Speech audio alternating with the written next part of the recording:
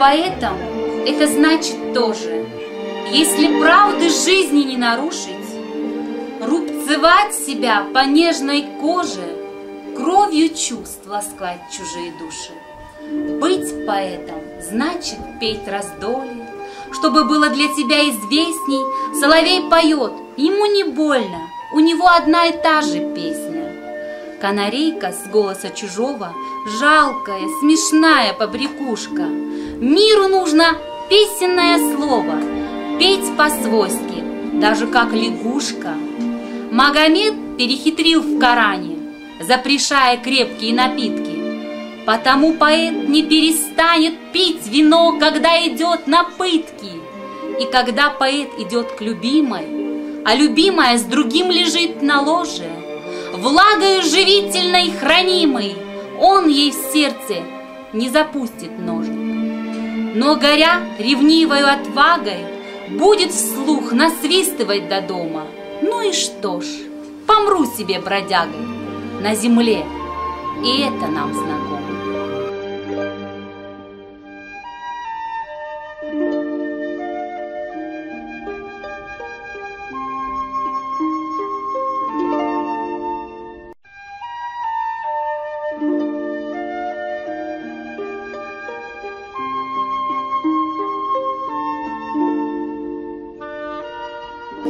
Здравствуйте, уважаемые гости, учителя, учащиеся!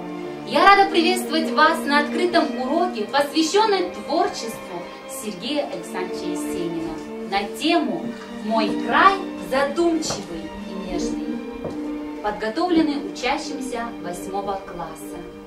Так давайте предоставим им слово. Гениальный поэт всегда современен.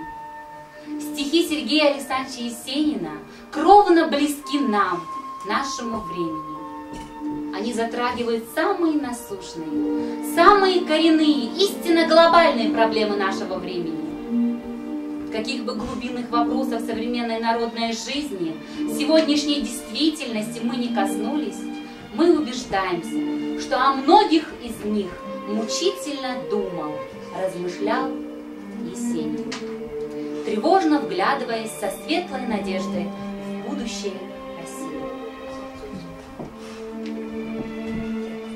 Сегодняшний наш вечер о Сергее Есенине, замечательном поэте. Его стихи известны не только в нашей стране, их читают и восхищаются люди разных континентов. А сколько песен, сколько старинных напевок сложено на слова Есенина. Они очень музыкальны, напевны, есенинские строки. В них много искренности, нежности, сыновьей любви к родной земле. Тебе одной плету венок, цветами сыплю стежку серую. О, Русь, покойный уголок, тебя люблю, тебя я верю. Гляжу простор твоих полей, ты вся далекая и близкая.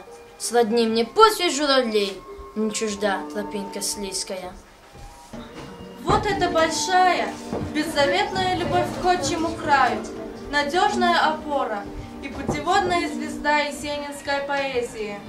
В одном из писем к другу Сергей Есенин писал: «Знаешь, почему я поэт? У меня родина есть, у меня Рязань. Я вышел оттуда, и какой ни наесть, а приду туда же. Хочешь добрый совет получить? Нет поэта без родины». Быль, равнина дорогая, и свинцовой тяжет и полынь, никакая родина другая не валет мне грудь мою теплынь. Знать, у всех у нас такая участь, и, пожалуй, всякого спроси, радуясь, свирепствуя и мучаясь, хорошо живется на Руси. Свет луны, таинственный и длинный, шепчет, плачут вербы, шепчет тополя, но никто под окрик журавлиный не разлюбит отчие поля. В живописном берегу Оки, в селе Константиново под Рязанью, 21 сентября 1895 года родился Сергей Есенин. Красота и приволье родных полей, березовых рощ, малиновая грусть осенних закатов, долгие песни за околицей, Все эти впечатления детства стали потом его стихами и поэмами. А сколько сказок, сколько старинных напевок знала его бабушка. Маленький Сережа очень любил их слушать. Я люблю родину, я очень люблю родину. Хоть есть в ней грусть и ивовая ржавь, приятно мне свиней испачканные морды. И в тишине ночном звенящий голос жаб я нежно болел к воспоминаниям детства. Апрельских вечеров мне снится хмарь и сыр, как будто бы на корточке погреться присел наш клен перед костром зари. Говорят, что то, что приобрел в детстве, приобрел на всю жизнь. Крестьянский сын Сергей Есенин на всю жизнь сохранил сыновью привязанность к родной земле. Вслушайтесь в его стихи. В них словно оживает жизнь природы. Деревья, цветы, пашни, трава, дожди. Все словно открывает поэту свои тайны, свое самое заветное, как лучшему другу, как брату. Край любимый, сердцу снятся скирды солнца в водах лунных. Я хотел бы затеряться в зеленях твоих стозвонных, по меже на переметке резеда и резакашки, и вызванивают четки, и вы кроткие монашки. Курить облаком болота, гар небесном коромысли, с тихой тайной для кого-то затаили в сердце мысли. Все встречаю, все приемлю, рад и счастлив душу вынуть. Я пришел на эту землю, чтоб скорее ее покинуть. Другие поэты, писавшие о Есении, самого его сравнивали с цветами и пением птиц, с красотой и неповторимостью природы. Вот строки одного друга Александра Сергеевича Есенина, поэта Максима Герасимова. Образ чист и ясен, в воскликах журавлей. Ты, как светлый ясен, над синевой полей. Цвел пшеничный колос с василками глаз, соловьиный голос брызгал счастьем в нас. Клен заледенелый, что стоишь нагнувший под метелью белой, или что увидел, или что услышал, словно за деревню погулять ты вышел, и как пьяный сторож, выйдя на дорогу, утонул в сугробе, проморозил ногу. Ах, и сам я ныне что-то стал нестойкой, не дойду до дома с дружеской попойки. Там он встретил вербу, там сосну приметил, распевал им песни под метель о лете. Сам себе казался я таким же кленом, только не опавшим, а вовсю зеленым, и утратив скромность, одуревший в доску, как жену чужую обнимал березку. Закружилась листва золотая в розоватой воде на пруду, словно бабочек легкая стая замиранием летит на звезду. Я сегодня влюблен в тот вечер, близок к сердцу желтеющий дол. Отрок ветер по самые плечи заголил на березке подол. И в душе, и в долине прохлада, синий сумрак, как стадо овец. За калиткою смолкшего сада прозвенит и замкнет бубенец. Я еще никогда бережливо так не слушал разумную плоть. Хорошо бы, как ветками ива, опрокинуться в розовость вод. Хорошо бы на сток, улыбаясь, мордой месяца сено жевать. Где ты? Где моя тихая радость? Все любя, ничего не желать. Отговорила рожь золотая березовым веселым языком, и журавли, печально пролетая, уж не жалеет больше ни о ком. Кого жалеть, ведь каждый в мире странник пройдет, зайдет и снова оставит дом. А всех ушедших грезит конопляник широким месяцем над голубым прудом. Стою один среди равнины голой, а журавлей относит ветром вдаль. Я полон дум о юности веселой, но ничего прошедшем мне не жаль. Не жаль мне лет, растраченных напрасно, не жаль души сиреневый цвет. В саду горит костер рябины красной, но ничего не может он согреть. Не обгорят рябиновые кисти, от желтизны не пропадет трава. Как дерево роняет тихо листья, и так я роняю грустные слова. Если время ветром разлетая сгребет все в один ненужный ком, скажите так, что рожа золотая отговорила милым языком.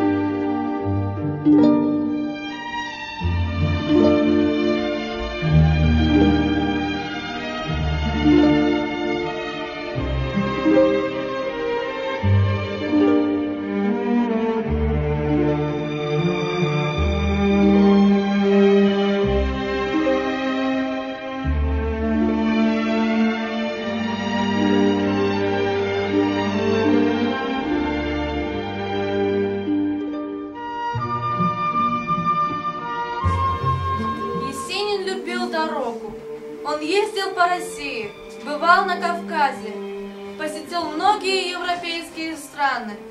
Но где бы он ни очутился, его тянуло на родину, к родным берегам, к любимым песням, к доброй и светлой улыбке матери. Только дома, в родном Константинове, он по-настоящему отдыхал рядом с матерью и сестрами, в кругу родных. Не случайно самые нежные строки Есенина посвящены матери, родному дому. Разбуди меня завтра рано, о моя терпеливая мать. Я пойду дорожным курганом дорогого гостя встречать. Я сегодня увидел в пуще след широких колес на лугу. Треплет ветер над облачной крышей золотую его дугу. Чё, моя старушка, жив и я, привет тебе, привет. Пусть струится над твоей избушкой тот вечерний, несказанный свет. Пишут мне, что ты, тая тревогу, загрустила шибко обо мне, что ты часто ходишь на дорогу в старомодном вехтом шишуне. И тебе в вечернем синем мраке часто видится одно и то же, будто кто-то мне в кабацкой драке саданул под сердце финский нож. Ничего, родная, успокойся, это только тягостный бред. Не такой уж горький я пропойца, чтоб тебя не видя умереть. Я по-прежнему такой же нежный и мечтаю только лишь о том, чтоб скорее от тоски мятежной воротиться в низенький наш дом. Я вернусь, когда раскинет ветви по-весеннему наш белый сад. Только ты меня уж на рассвете Не буди, как 8 лет назад. Не буди того, что отмечталось. Не волнуй того, что не сбылось. Слишком раннюю утрату и усталость испытать мне в жизни привелось. И молиться не учи меня, не надо. К старому возврата больше нет. Ты одна мне помощь и отрада. Ты одна мне несказанный свет. Так забудь же про свою тревогу. Не грусти так шибко обо мне. Не ходи так часто на дорогу в старомодном вертом шишине. Настоящий поэт всегда тонко чувствует время. Что это значит? Это значит, что он находит единственные, самые точные, самые нужные слова, чтобы первым встретить весну. Передать духовный подъем, отозваться на общую боль и воспеть общую радость. Сергей Есенин был поэтом. Время он чувствовал пронзительно тонко, и весну, и первый снег, и революцию, и любовь. Черемуха душистая с весной расцвела, и ветки золотистые, что кудри завела. Кругом роса медвяная сползает по коре, под нею зелень пряная сияет в серебре. А рядом у протоленьких в траве между корней бежит, струится маленький серебряный ручей. Творчество Сергея Александровича Есенина многогранно. В своих стихах он воспевает Родину, Россию, родные сердцу места. В его книгах мы прочитаем о нежной и чистой любви, о душевной боли, о сомнениях, победах и потерях. Обо всем Есенин пишет искренне, сердцем. Движется и живет по своим законам мир поэзии, вселенной души человечества. Беспрерывно нарождаются и вспыхивают в этом чудесном мире новые поэтические звезды и звездочки. Одни сгорают и навсегда затухают еще при жизни их хозяина. И лишь немногие, очень немногие, согревают народную живую душу. Имя одной из таких прекраснейших лучезарных звезд в бессмертном созвездии России — Сергей Есенин. Оно вечно. Быть поэтом — это значит тоже, если правда жизни не нарушить, рубцевать себя по нежной коже, кровью чувств ласкать чужие души. В этом мире я только прохожий, ты махни мне веселой рукой. По осеннего месяца тоже, светлускающий тихий такой. Первый раз я от месяца греюсь, первый раз от прохлады согрет. И опять и живу, и надеюсь на любовь, уж которого нет. Это сделала наша равнинность, посоленная белью песка, измятая чья-то невинность и кому-то родная тоска. Потому и навеки не скрою, что любить ни отдельно, ни врозь, нам одною любовью с тобою эту родину привелось.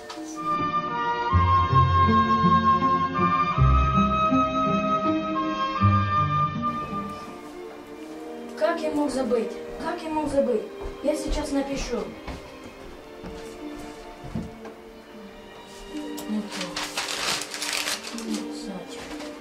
О чем мне писать? Как мне быть? Я же завтра должен сдать. О чем мне писать?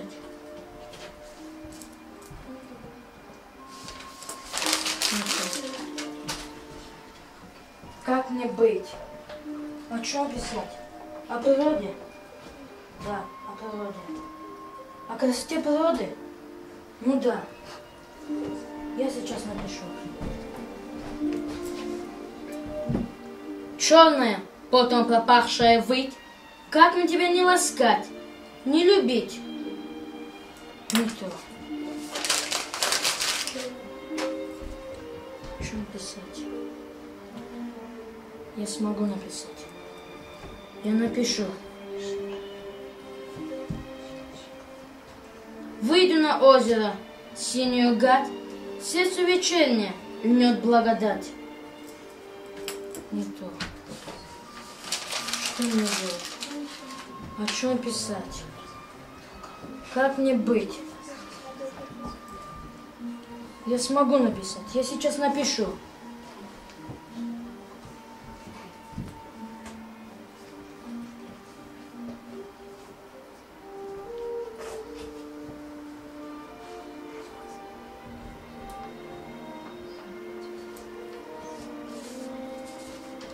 Черная, потом пропахшая выйдь.